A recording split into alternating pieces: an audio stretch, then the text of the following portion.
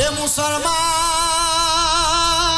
এ নবীর উম্মতের দল, এ আশিকের রাসূল ভাই বাবারা, রমজান হলো পাক পবিত্র হওয়ার মাস। যেহেতু সামনে আসতেছে, রমজানের প্রস্তুতি গ্রহণ করো। রোজা ছাইরো না, নিজে রোজা রাখবা, অন্যকে রাখার জন্য আহ্বান করবা। নিজে সাহারি করবা, অন্যকে সাহারি করার আহ্বান করবা। আল্লাহর নবী কয়, কেউ যদি এক গ্লাস দুধ দিয়া অথবা একটু খেজুর দিয়া কোনো মুসলমান ভাইকে সাহারির ব্যবস্থা করে দেয়, আল্লাহ তাআলা তার জন্য জান্নাতের মেহমানদারির ব্যবস্থা করবে। কেউ যদি কোনো মুসলমান ভাইকে এক গ্লাস দুধ দিয়া অথবা একটা খেজুর, তিনটা খেজুর দিয়া অথবা এক গ্লাস পানি দিয়েও একজন মুসলমানের ইফতারের ব্যবস্থা করে, আল্লাহ তাআলা ওই মুসলমান ভাইকে ইফতারের ব্যবস্থা করার কারণে ওই ব্যক্তিকে জান্নাতের নিয়ামত দান করবে। ওই ব্যক্তির রোজার সমপরিমাণ সওয়াব ইফতার করাই না ব্যক্তিরে দান করবে।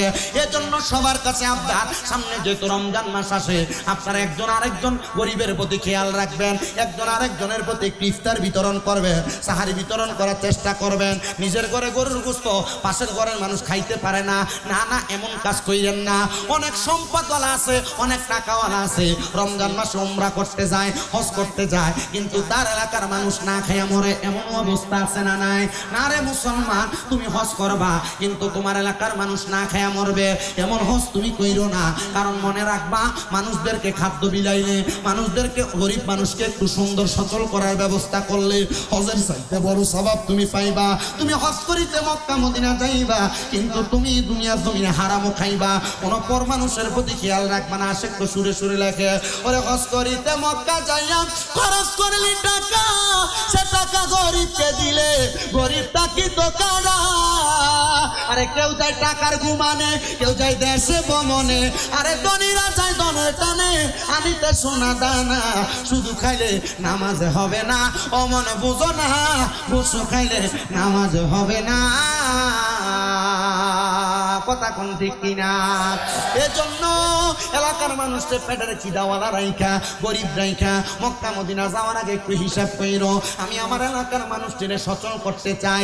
এই নবীর উম্মতের দল, এই আশিকের রাসূল ভাই বাবারা, আপনাদের কাছে আমার আবদার, আপনারা দুনিয়াতে একটু হক পথে চলার চেষ্টা কইরেন। এবার আসেন বেঈমান বান্দার মৃত্যুর অবস্থার কথা বলি।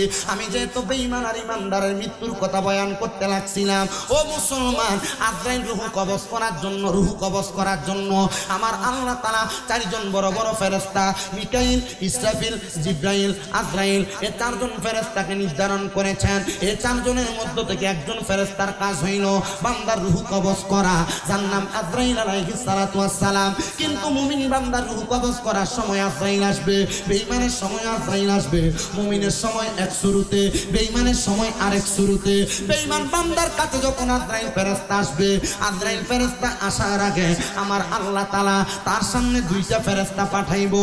যেই ফেরেশতা হলো আযাবের ফেরেশতা, যেই ফেরেশতার চোখগুলো হবে নীল রঙের। ওই নীল রঙের ফেরেশতা যখন আইবো, ওই ফেরেশতাদের চোখটা দেখা বেঈমান বান্দা, বেআমল বান্দা, হারামখোর বান্দা, গুনাহগার বান্দা বিছানার মধ্যে প্রস্রাব পায়খানা করে দিবে। কত মানুষ হোসেনপুরের, বাঞ্ছারামপুরের মারা যায়, ব্রাহ্মণবাড়িয়ার মারা যায়, মারা যাওয়ার সময় বিছানায় প্রস্রাব পায়খানা করে দেয়। কই একবার তো মসজিদের ইমাম রেজি গাইলা না, হুজুর মারা যাওয়ার সময় কেন বিছানায় প্রস্রাব পায়খানা করে দেয়? কেন প্রস্রাব পায়খানা করে জানো? ওই দুইজন ফেরেশতার ভয়ঙ্কর চেহারা দেখা বান্দা বয়ে বিছানার মধ্যে প্রস্রাব পায়খানা করে দেয়। হায়রে মাবুদ, এমন বিছানার মধ্যে প্রস্রাব পায়খানা কইরা দিলে গো, মানুষ তো কইব মনে হয় আজরাইল ফেরেশতার ভয়ঙ্কর চেহারা দেখা বান্দা বিছানার মধ্যে প্রস্রাব পায়খানা করে দিছে। না রে মানুষ না, ও মানুষ না, এই চিন্তাধারা বাদ দাও। আজরাইলের কঠিন থাবা থেকে বাঁচার জন্য চেষ্টা করো। এবার যখন বান্দা বিছানার মধ্যে প্রস্রাব পায়খানা করে দিবে, আজরাইল ফেরেশতা বান্দার সামনে দাঁড়ায়া যাবে। আজরাইল ফেরেশতা বান্দার সামনে দাঁড়ানোর সাথে সাথে ওই বান্দাটা আজরাইলকে বলার চেষ্টা করবে, আজরাইল আমি তো মরার জন্য প্রস্তুতি গ্রহণ করি নাই, কবরের জন্য কোনো সামান রেডি করি নাই, আমি কেমনে মরবো? আজরাইল ওই সময় বান্দাটার দিকে যখন নজর দিয়া তাকাবে, ওই বান্দাটা আজরাইলের ভয়ঙ্কর চেহারাটা দেখা ওই বান্দা কথা বলার চেষ্টা করবে। বান্দার দুই চোয়ালের মাঝখানে জিহ্বাটা কামড় পড়ে যাবে। কত মানুষ মারা যায় জিহ্বার মধ্যে কামড় দিয়ে মারা যায়, তাইলে বুঝছনি কেন জিহ্বার মধ্যে কামড় পড়ে? আজরাইলের সঙ্গে কথা বলার চেষ্টা করে, তখন পারে না রে পারে না, তখন আজরাইলের সঙ্গে কথা বলতে পারে না, বান্দার জিহ্বাটা কামড় পড়ে যায় দুই চোয়ালের মাঝখানে। হাইরে মুসলমান, হে আমার হোসেন কোনের বাবারা, এবার বান্দা চোখের ইশারা দিয়ে আজরাইলকে বোঝানোর চেষ্টা করে, আজরাইল তো বড় বিশাল রে, আজরাইল তো বড় ভয়ঙ্কর। বান্দা এবার আজরাইলকে বোঝাইতে পারে না, বান্দার চোখের ইশারা দিয়া বোঝাইবো। আজরাইলের চেহারার দিকে তাকাইতে তাকাইতে বান্দার চোখ দুইটা উল্টে যায়। এবার আজরাইল বান্দার রূহ নেওয়ার জন্য বান্দার বুকের মধ্যে হাত দেয়, হাতটা দেওয়ার সাথে সাথে বান্দার বুকের মধ্যে যখন হাতটা দেয়, এবার ওই বান্দার এই চার রগগুলা ঠাস ঠাস করে ছিঁড়া যায়, হাতের রগগুলা ছিঁড়া যায়, পায়ের রগগুলা ছিঁড়া যায়। যখন বান্দার রগগুলা ছিঁড়া যায়, বান্দার শরীরটা শক্ত হয়ে যায়, লম্বা হয়ে যায়। ওই বান্দার এবার রুহুটা কবজ করবে। আজরাইলে হাতটা দিয়া যখন বান্দার রুহুটা টান দিয়া নিয়ে যাইব, তার আগে যখন বুকের মধ্যে আপনি হাতটা রাখবো, আমার নবী বলে ওই বান্দার কাছে মনে হইব দুনিয়ার বড় বড় পাহাড়গুলা মনে হয় বান্দার বুকের মধ্যে চাপাইয়া দিছে। এ পর্দার অন্তরালের আমার আম্মু গো, মরার সময় যদি এমন কষ্ট পাও, আমার মুরব্বী বাবারা, মরার সময় যদি এমন কষ্ট পাও, কেমনে সহ্য করবা আমার তো বুঝে আসে না।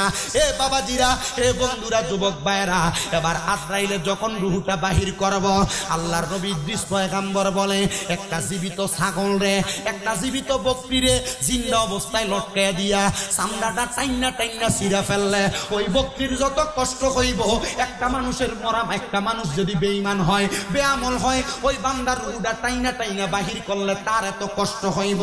মুসলমান, এই কষ্ট শুধু শেষ না রে, যখন তোমার রুহুটা কবজ করব, আজরাইল ফেরেশতা নাকের মধ্যে একটা কাপড় লাগাইব, কাপড়টা লাগায়া তোমার রুহুটা নিয়ে তাড়াতাড়ি যাইব। এবার তোমার রুহু আজরাইলকে বলবে, আজরাইল এত তাড়াতাড়ি আমারে কেন নিয়ে যাও? যদি তুমি জানতা আমার জন্য কত যন্ত্রণাদায়ক শাস্তি রেডি করে রাখছে, তাইলে আমারে তুমি এত তাড়াতাড়ি নিতা না। ও বন্ধুরে, এবার আজরাইল যখন প্রথম আসমানের কাছে যাইব, অসংখ্য ফেরেশতারা দাঁড়ায়া দাঁড়ায়া বান্দা বেঈমান হওয়ার কারণে, হারামখোর হওয়ার কারণে, পরের হক মাইরা খাওয়ার কারণে, বেআমল হওয়ার কারণে ফেরেশতারা, এ নবীর উম্মতের দল, আজরাইল জিজ্ঞাসা করবে রে, কেন থুতু মারো? এই বান্দার কি এমন অন্যায়? এবার ওই ফেরেশতারা বলবে, আজরাইল আমরা থুতু মারি এইটা বললা, কিন্তু তুমি যে নাকে কাপড় লাগাইলা সেটা বললা না। তখন আজরাইল ফেরেশতা ডাক দিয়ে বলবে, রে ফেরেশতারা, এই বান্দা গুনাহ করার কারণে, হারাম খাওয়ার কারণে, পরের হক খাওয়ার কারণে, আমল না করার কারণে বান্দার রুহুটা একটা দুর্গন্ধযুক্ত রূহ হয়ে গেছে। এই জন্য আমরা বান্দার দিকে থুতু নিক্ষেপ করি। আমি জানি না হোসেনপুরের মানুষ কোন লেভেলের ওয়াজ শোনে। আমি নতুন আসার কারণে আপনাদেরকে এই ধারাবাহিকতার বয়ান শোনাই। এই মুসলমান, এই মাহফিল যে করে আমার কামাল ভাই আপনাদের থেকে টাকা পয়সা নিয়া, উনি বলছে, হুজুর যেহেতু নতুন আসছেন, গত বছর বাড়ির উঠানে মাহফিল হয়েছে, চেষ্টা করবেন মানুষকে একটু বুঝায়া মাহফিল মুখী, একটু কোরআন সুন্নাহ মুখী করাইতে। এক হুজুর বিচার দেয়, হুজুর আমাদের এলাকার ভিতরে মানুষ বেশি গান বাজনা লইয়া ব্যস্ত, সাইডে একটা গান হয়, আবার মানুষ এখানেও আছে, মানুষ চিন্তার মধ্যে পড়ে গেছে, গানে যাইব না মাহফিলে যাইব না। রে মুসলমান, গান বাজনা এটা হারাম কাম। বলে হুজুর এটা তো উরুস, এটা গান বাজনা না। আল্লাহর কসম, যারা ফ্যাশনে লেখে উরুস মোবারক আর গান বাজনা করে বেরিয়ে দিয়া বাউল গান করায়, এদের সাথে সুন্নিদের কোনো সম্পর্ক নাই। এরা নাম্বার 1 ভণ্ড, এদের কারণে সুন্নিদের বদনাম। মুসলমান, এই নবীর উম্মতের দলেরা, এবার আসেন আমি আপনাদেরকে বোঝার জন্য বয়ানটা করি। কষ্ট হইতেছে আপনারা? অসুবিধা হইতেছে আপনাদের? যদি কোন আমি তাড়াতাড়ি মুনাজাত দিলাম, আমি তাড়াতাড়ি বাড়ি যাইতাম। আগামীকালকে আমার মাহফিল হইল যে দুলালপুরে খাজা রাস্তানার ভিতরে। আপনাদের কাছে আমার আবদার হইল একটু তাড়াতাড়ি ছাড়ার চেষ্টা করেন। আমি বেশিক্ষণ বয়ান করি না। 1 ঘন্টা হয়ে গেছে তো? 1 ঘন্টা না, 1 ঘন্টা 15 মিনিট হয়ে গেছে। শুনেন, আমি যে তাইলের বয়ান ধরছি, আমি যদি আরো 1.5 ঘন্টা বয়ান করি, আপনারা টের পাইতেন না সময় কম দিয়ে গেছে। কারণ আজকে যদি ওয়াজ করে দিয়ে যাই, এরপর আর দাওয়াত দিতে না বাবা। বাবা একটু কষ্ট করে আজকে কত ওয়াজ শুনি, এরপরে যাও, এরপর ভবিষ্যতে আশেপাশের এলাকা চাইলে হেনে ওয়াজ শুনি। কি করেন হুজুর? হুজুরে ঠিক কইছে হুজুর ঠিক মানে সব ঠিক তোমরা কি বলে কি হইব আল্লাহ যেন কবুল করো জোরে কোন আমিন আস্তে কইছে আমিন আর জোরে কোন আমিন এ মুসলমান এবার বলবে বান্দা গুনাহ করার কারণে বান্দার রুহুটা কি সুগ্রানওয়ালা রুহু না দুর্গন্ধওয়ালা রুহু কথা কয় না সুগ্রানওয়ালা না দুর্গন্ধওয়ালা রুহু হয়ে গেছে এবার বান্দার রুহুটা নিয়ে যাবে ডাইনে দরজা বন্ধ বামে দরজা বন্ধ সামনে দরজা বন্ধ আজরাইল বলবে রাখতাম কোন জায়গায় এবার আল্লাহ বলবো বান্দার ঠিকানা ফাদাখালাল জান্নাহ আপনি মনে করছেন কবরে গেলে তিনটা প্রশ্ন করব তিনটা প্রশ্ন সবাই লাগে না হারাম খাইবে না তিন প্রশ্নের আশা করবেন জিনা হারাম করতে আর বেয়ামুল দিরে এদিকে কবরে গেলে কোনো প্রশ্ন নাই ডাইরেক্ট সিধা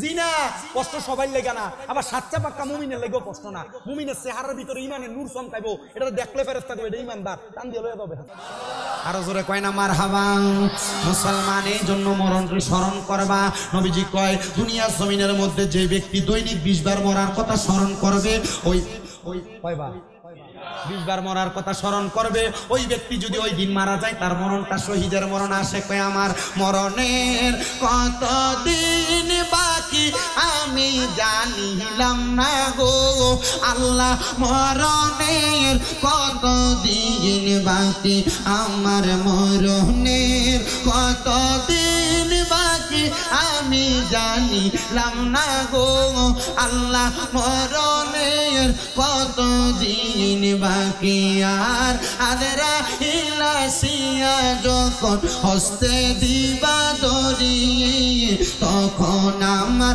মনাবাই করবে লুকা চুরি আমি জানিলাম না গো আল্লাহ মরণের কত দিন বাকি হায়াত হইল হাতে বাইরে মত হইল পায়ে যেই জায়গায় যার মরণ লেখা সেই জায়গায় সে মরে আমি বুঝিলাম না গো আল্লাহ মরণের কত দিন বাকি এ মুসলমান এই নবীর উম্মতের দলেরা এবার বেঈমান বান্দারে নিয়ে ফালাইবো জাহান্নামে আল্লাহ কয়দিন ফুরাইতাম কয় একদিন না 2 দিন না 3 দিন না একটানা 3000 বছর একটা জাহান্নামীর সর্বনিম্ন কয় হাজার বছর সর্বনিম্ন 3000 বছর জ্বালাইব ও মায়ার নবী গো 3000 বছর কেমনে জ্বালাইব জাহান্নামের আগুনের রং হইল 3টা একটা লাল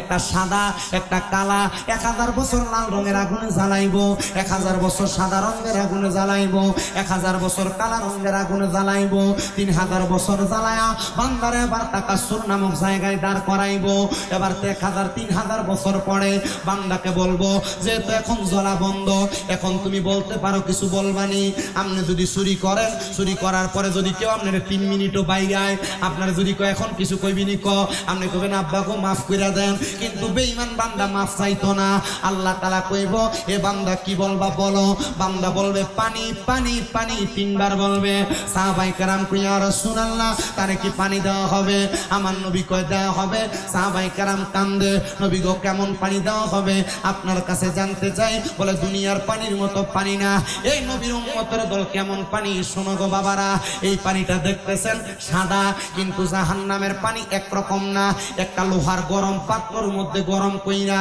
আগুনের কয়লা যেমন দেখতে এমন একটা লোহার গরম মগের মধ্যে অন্য জাহান্নামীরা পুরানোর কারণে যেই রক্ত আর পুজ হইছে ওই রক্ত পুজগুলা গরম পাত্রে নিয়ে টকবগানো নিয়ে দিবে নবী গো তারা কি খাইবো বলে হ্যাঁ খাইবো ওই পানিটা তারা খাইবো হাদিস শরীফে পানিরে কয় তিনাতুল খাবাল এই তিনাতুল খাবাল যখন বান্দা খাইব বান্দার জিহ্বা বান্দার নারী বুড়িগুলা পায়খানার রাস্তা দিয়ে নিচের দিকে পড়ব মায়ার নবী গো যখন পড়বে মানুষটার অবস্থা কেমন হবে বড় বড় ভয়ানক নবীজি যখন এই হাদিস বর্ণনা করে নবীর সামনে 70 জন সাহাবায়ে কেরাম আহলে সুফার 40 জন বেহুশ হয়ে গেছেন বাকি 30 জন গড়াগড়ি করে কাঁদতেছেন ও মায়ার নবী গো বেঈমান বান্দারে বেআমল বান্দারে এমন কষ্ট দিব নবী গো বুঝলাম কষ্ট দিব ঠিক আছে কিন্তু যারা ঈমানদার তাদের অবস্থা কেমন আমার নবী কয় ইন্নাল্লাযীনা আমানু নিশ্চয় যারা ঈমান আনে ওয়া আমিলুস সলিহাত এবং নেক আমল করে উলাইকা হুম খায়রুল বারিয়া এরা হইল দুনিয়ার সবচাইতে উত্তম মানুষ সবচাইতে ভালো মানুষ নবী গো তাদের ঠিকানা কোথায় আল্লাহর নবী কোরআন থেকে কয় জাযাউহুম ইনদা রাব্বিহিম আল্লাহ তাদেরকে পুরস্কার দিব জান্নাতু আদনিন জান্নাতুল আদন তাজরি মিন তাহতিহাল আনহার ওই পুরস্কারটা এত সুন্দর জান্নাতুল আদন এটার নিচে দিয়ে নহর প্রবাহিত হবে ওই নবী গো কতদিন থাকবে কয় খালিদিনা ফিহা চিরস্থায়ী বাসিন্দা শুধু বাসিন্দা না আবাদা লাগায়া দিছে কয় এরা জান্নাত থেকে বের হতে চাইবে না ও মায়ের নবী গো বের হতে চাইবে না বুঝলাম নবী গো জান্নাতে কারা থাকবে কয় রাদিয়াল্লাহু আনহুম ওয়া রাদু আন যারা আল্লাহর প্রতি খুশি আল্লাহ যাদের প্রতি খুশি তারা ওই জান্নাতে থাকবে আল্লাহ তারা কারা কয় যালিকা লিমান খাশিয়া রাব্বা যারা দুনিয়াতে আল্লাহকে সবচাইতে বেশি ভয় করছে তারা হইল তারা আল্লাহর যারা ভয় করে নামাজ ছাড়ে না আল্লাহকে যারা ভয় করে পরের হক খায় না আল্লাহকে যারা ভয় করে তারা গুনার কাম করে না আল্লাহকে যারা ভয় করে তারা গালি দেয় না আল্লাহকে যারা ভয় করে মিথ্যা কথা বলে না আল্লাহকে যারা ভয় করে সুদের টাকা খায় না আল্লাহকে যারা ভয় করে তারা কোনোদিন মানুষের সঙ্গে অসৎ আচরণ করে না আল্লাহকে যেই মহিলা ভয় করে স্বামীর সঙ্গে খারাপ আচরণ করে না আল্লাহকে যেই মহিলা ভয় করে ওই মহিলা বেপরদা চলে না আল্লাহকে যেই মহিলা ভয় করে এই মহিলা পরপুরুষের সঙ্গে সম্পৃক্ত হয় না আল্লাহকে যেই মহিলা ভয় করে শ্বশুর শাশুড়ির সঙ্গে খারাপ আচরণ করে না আল্লাহকে যেই মহিলা ভয় করে এই মহিলা স্বামীর অবাধ্য হইয়া বাজারে বাজারে ঘুরে না আল্লাহকে যেই মহিলা ভয় করে এই মহিলা কোনোদিন স্বামীর কথার উপরে কথা বলে না আল্লাহকে যেই পুরুষ ভয় করে এই পুরুষ কোনোদিন পরকিয়া করে না আল্লাহকে যেই পুরুষ ভয় করে এই পুরুষ কোনোদিন হারাম কাজে পা বাড়ায় না আল্লাহকে যেই পুরুষ ভয় করে এই পুরুষ কোনোদিন উঠোনে কম দিবে না আল্লাহকে যেই পুরুষ ভয় করে এই পুরুষ কোনোদিন মানুষের সঙ্গে অসৎ আচরণ করবে না এই বাবাজিরা আল্লাহকে ভয় করো কি করো না আমি তোমারে বলবো না তুমি করো কিনা তুমি তোমার বিবেককে প্রশ্ন করবা ডান হাতের তালুটা ডান গালের সাথে লাগায়া রাত্রবেলা চিন্তা করবা আমি এই বাজে কর্ম করেছি এটা করলে আল্লাহর ভয় হয় না আমি এই খারাপ কাজ করেছি এটার কারণে আল্লাহর ভয় হয় না তুমি আল্লাহকে ভয় করো কিনা নিজের বিবেককে প্রশ্ন করে দেখো তাইলে আল্লাহর নবী কয় ওই জান্নাতে তারা থাকবে যারা আল্লাহরে রাজি খুশি করতে পেরেছে আল্লাহ যাদের প্রতি রাজি খুশি হয়েছে মুসলমান আল্লাহকে রাজি খুশি কতটুকু করেছে আমি জানি না তবে আল্লাহর নবী কয় আল্লাহরে রাজি খুশি করতে হইলে আমার হাদিসের দিকে তাকাও আল্লাহর নবীর ঘোষণা রিদার রব্বি ফি রিদাল ওয়ালিদাইন আম্মা আব্বারে খুশি করলে আল্লাহ তাআলা খুশি হয়ে যায় মুসলমান অনেক সন্তান আছে আম্মা আব্বারে খুশি করব দূরের কথা বউ কথার কথাই কইছে তুমি তোমার মা বাপরে একা কিনলেগা খাওয়াও তোমরা 2-3 ভাই তোমরা সবাই খাওয়াইতে পারো না এই কথা শুইনা মা বাপরে আলাদা করে দিছো সকালে এক ঘরে খায় দুপুর এক ঘরে খায় রাত্রে এক ঘরে খায় এই সপ্তাহে ঘরে খায় ওই সপ্তাহে ঘরে খায় না রে সন্তান না এটা আল্লাহরে ভয় করা না আল্লাহরে রাজি খুশি করা না আম্মা আব্বার মনে কষ্ট হয়ে যায় কারণ মা বাপ যখন তোমার ঘরে খানা খায় তোমার বউ ভালা বুড়া রান্না খাওয়ায় না মা বাপ কখনো মন খুইলা কইতে পারে না আমার এটা খাইতে মন চায় আল্লাহর নবীর ঘোষণা কিয়ামতের আগে যখন মা বাবারা সন্তানের ইনকাম খাইব সন্তানরে ভয় পায় কোনো কথা বলবে না এটা বর্তমান সমাজে চলে আল্লাহর নবীর ঘোষণা যখন দেখবা মা বাবা সন্তানরে ভয় পায় তখন তোমরা কঠিন আযাবের জন্য অপেক্ষা করো সন্তান মা বাপ যখন বয়স্ক হয়ে যায় মা বাবার জিহ্বার স্বাদ নষ্ট হয়ে যায় কখন কি খাইবো মা বাপ তোমার মুখ খুইলা বলতে পারে না তুমি যে আলাদা কইরা দিলা মা বাপ কেমনে খাইবো এই কথা চিন্তা করলা না সন্তানের দলেরা কেউ যদি ওই মা বাপরে জুদা কইরা থাকো আলাদা কইরা থাকো দাও তোমার পাও আমার সামনে দাও আমি আমার জিহ্বা দিয়া তোমার পাওটা পরিষ্কার করে দিমু তবু ওয়াদা করবা এখান থেকে বাড়িতে যাইয়া মার পায়ে ধরবা বাবার পায়ে ধরবা বেরা বলবা মা ও আব্বা জান আল্লাহর রাস্তায় আমি সন্তানকে মাফ করে দেন যতক্ষণ পর্যন্ত তোমার মা বাবা মুখ দিয়ে বলছে তোমারে মাফ করে দিছি ততক্ষণ পর্যন্ত মা বাবার পাও ছাইরো না কারণ মা বাপ মাফ না করলে স্বয়ং আল্লাহ তোমারে মাফ করবে না মা বাপ বেজার থাকলে আমার আল্লাহ তাআলা তোমার প্রতি বেজার থাকবে নবীর ঘোষণা সাখাতুর রব্বি ফি সাখাতিল ওয়ালিদাইন আম্মা আব্বার সন্তুষ্টিতে আমার আল্লাহ সন্তুষ্টি হয়ে যায় সন্তান রে মাফ চাইবা কিনা আমি জানি না অনেকে চিন্তা করে হুজুর আমি মাপ চাইবো কেমনে আমার মা বাপের কাছে? হুজুর গো আমি তো দুই ঈদে মা বাবার পাশ হইয়া সালামি করি না। এ সন্তান আমি তোমার কাছে আবদার করি, সালাম করো না শরম লাগে? আম্মা আব্বার পায়ে ধরলে দাম কমে না, ইজ্জত কমে না, সম্মান কমে না। সন্তানের দল আবদার করব, আম্মা আব্বার পা ধরে মাপ চাইবা। যতক্ষণ পর্যন্ত মা বাপ মুখ দিয়া বলছে মাফ করছি, ততক্ষণ পর্যন্ত মা বাবার পা ছাড়বা না। কারণ কি জানো, মা বাবার মনে কষ্ট দিয়া আমি শামীম রেজা না, পুরা ব্রাহ্মণবাড়িয়া পুরা বাংলাদেশের বড় আলেম দিয়া ওয়াজ করাইবা, এই ওয়াজ দিয়ে কোনো লাভ হবে না, হেদায়েত হবে না। এজন্য তোমাদের কাছে আবদার রে আমার বাবাজিরা, বন্ধুরা, ওই মা বাবার মনে কষ্ট দিও না। যদি কষ্ট দিয়া থাকো, ধমক দিয়া থাকো, আলাদা করিয়া থাকো, এখান থেকে বাড়িতে যা মা বাবার পায়ে ধরে মাপ চাইবা। অনেকে চিন্তা করে হুজুর আমি মাপ চাইবো, আরে আজকের মাহফিল কবুল হবে কি হবে না এটার গ্যারান্টি কেউ দিতে পারবে না।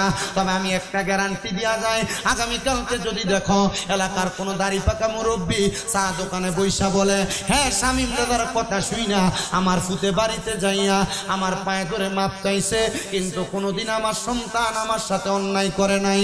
সন্তানের দলেরা আম্মা আব্বার সাথে অন্যায় করো আর না করো, আম্মা আব্বার পায়ে ধরে মাপ চাইবা, মাপ চাইয়া ঘুমাইবা, আল্লাহ তাআলা তোমারে মাফ করব, রিজিকে বরকত দিব।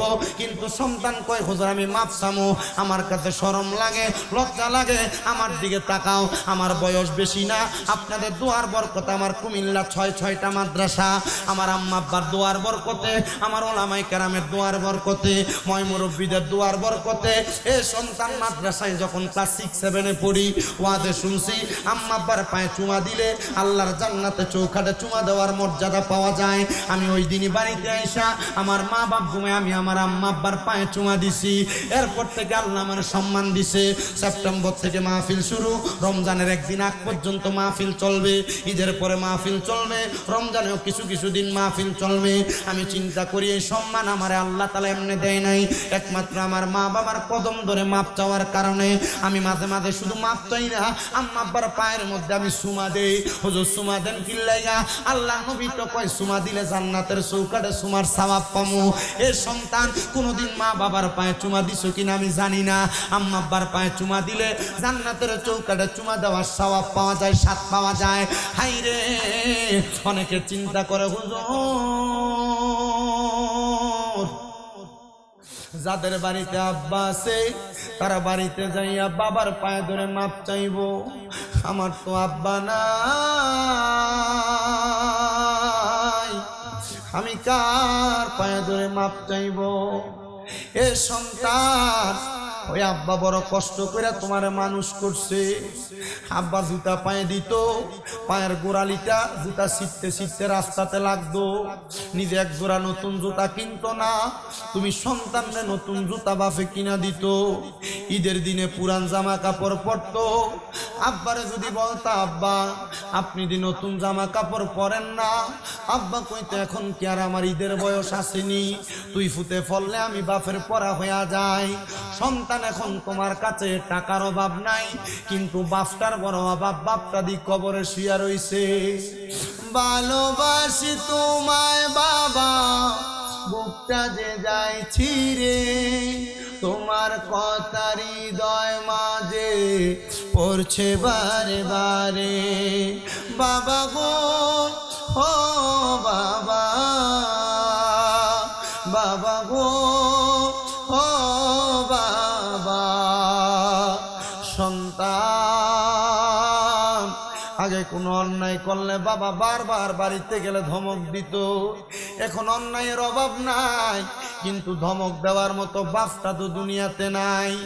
এ সন্তানের দলেরা তোমার মা তোমারে বড় কষ্ট করে মানুষ করছে, ওই মা দুঃখিনী আজকে অন্ধকার কবরে। হাই রে মা কোনো ভালা খানা খাইছে না, দামি খানা খাইছে না মা জননী তোমারে মানুষের মতো মানুষ কইরা দিয়া আজকে যে অন্ধকার কবরে পর্দার অন্তরালের কত মাইয়ারা ওই মার জন্য কান্দে, কত সন্তানেরা কান্দে। সন্তান ওই মা বুঝি অন্ধকার কবরে, তোমার আম্মা তোমারে বড় কষ্ট করে মানুষ করছে, কাপড় রাস্তার মধ্যে 10-20 টাকা বাইন্দা রাখতো, মা জননী খায় নাই, নিজে তোমারে বাইন্দা টাকা দিয়া দিছে। এ সন্তান ঘরে যদি মুরগি ডিম দেয় ওই মারে তো তুমি খাওয়াইতে পারো না, আর যাদের মা বাপ বেঁচে আছে ওই মা বাপরে খাওয়াও না। আমি তোমাদের কাছে করজোরে আবদার করি, সন্তান মাপ চেয়া বলি, ওই মা বাপরে খাওয়াইবা। নবী তো নিজেই বলে, বাবাকে তোমরা কাবা জানিও মদিনা জানিও, মাকে যদি গো তারা বেঁচে থাকে। নবী বলে, আমি সেবি নাই, সেবিতে পারি নাই, সেবিও আমার উম্মত, সেবিও আমার উম্মত। বাবার মুখেতে মায়ের মুখেতে যে তুলে দেয় খানা, রাজি হয়ে যায় রাব্বানা, রাজি থাকে রাব্বানা। নবী বলে, আমি করি নাই, করিতে পারি নাই, করিও আমার উম্মত, করিও আমার উম্মত, করিও আমার উম্মত। সন্তান ওই মা বাপরে 1 কেজি আঙ্গুর কিনা খাওয়াইতে পারো নাই, 1 কেজি আপেল কিনা খাওয়াইতে পারো নাই, দামি কোনো মাছ গোস্ত খাওয়াইতে পারো নাই। ওই মা বাপ কবরে শুয়ে রইছে। সন্তান একবার চিন্তা করো, আম্মা আব্বা যদি বাইচা থাকতো, যদি তুমি মাসে 1000 টাকার ফল কিনা মা বাপরে খাওয়াইতা, 12 মাসে 12,000 টাকা মা বাবার জন্য লাগতো। সন্তানের দল চিন্তা করো, মা বাপ যদি বাইচা থাকতো, ওই মা বাপরে যদি তুমি দুনিয়ার জমিনের ভিতরে ভাত খাওয়াইতা, মাসে যদি 2000 টাকা খরচ হইতো, 12 মাসে 24,000 টাকা লাগতো। সন্তানের দল তোমার কাছে করজোরে আবদার করি, ওই মা কবরে ওই বাবা কবরে, মা বাপরে তো খাওয়াও না, আম্মা আব্বারে তো দেও না, কিন্তু তোমার মা বাবা তোমার লাখ লাখ টাকার সম্পদ দিয়া গেছে, বাড়ি দিয়া গেছে, তোমার মা ক্ষেত পাথরে জায়গা সম্পদ দিয়া গেছে। যেই বাড়িতে থাকো মা বাপ না দিয়া গেলে যদি ভাড়া থাকতা, 12 মাসে যদি প্রতি মাসে 5,000 করে ভাড়া দিতা, 12 মাসে 60,000 টাকা ভাড়া লাগতো। সন্তানের দল তোমার কাছে আবদার জানাই, ওই মা ওই বাবা তোমার লালন পালন করতে যাইয়া কত কষ্ট করছে, কত নামাজ ছাড়ছে। এখন মা কবরে কেমন আছে তুমি জানো না, বাবা কবরে কেমন আছে জানো না। সন্তান তোমার কাছে আমার আবদার, আম্মা আব্বারে যেন আল্লাহ তাআলা কবরে ভালো রাখে। একটু পরে মুনাজাত করে দিব, হুজুর মা বাপ থাকলে মা বাপরে খাওয়াইতাম, আজকে আমার মা নাই, খাওয়াইতে পারবো না। মুনাজাতে দোয়া করবেন, আমার মা কবরে বাবা কবরে, আমি আমার মারে ভালোবাসা আগামী বছর মাহফিলে 10,000 টাকা দান করে দিব। আছেন নাকি একজন সন্তান, হুজুর আমার মা নাই, আমি আমার মারে ভালোবাসা আগামী বছর 10,000 টাকা দান করবে মাহফিলের জন্য? আসেননি কোনো সন্তান? হাতটা তুলবেন, দোয়া করা হবে। হুজুর আমার বাবা নাই, আমার বাবা কষ্ট করে আমার সম্পদ জোড়া দিয়া গেছে, এখন ওই আব্বা কবরে, আমার আব্বাটার লেগে খাস করে দোয়া। কামা রব্বায়ানি সগীরা, ইয়া ইলাহি रहम फरमा, मुस्तफा की वास्ते खोल दे दरवाज़े रहमत गदा की वास्ते। रहमतुल लिल आलमीन खत मेरा सुलझाने जहां, अहमदो हामिद मुहम्मद मुस्तफा की वास्ते। मबूदो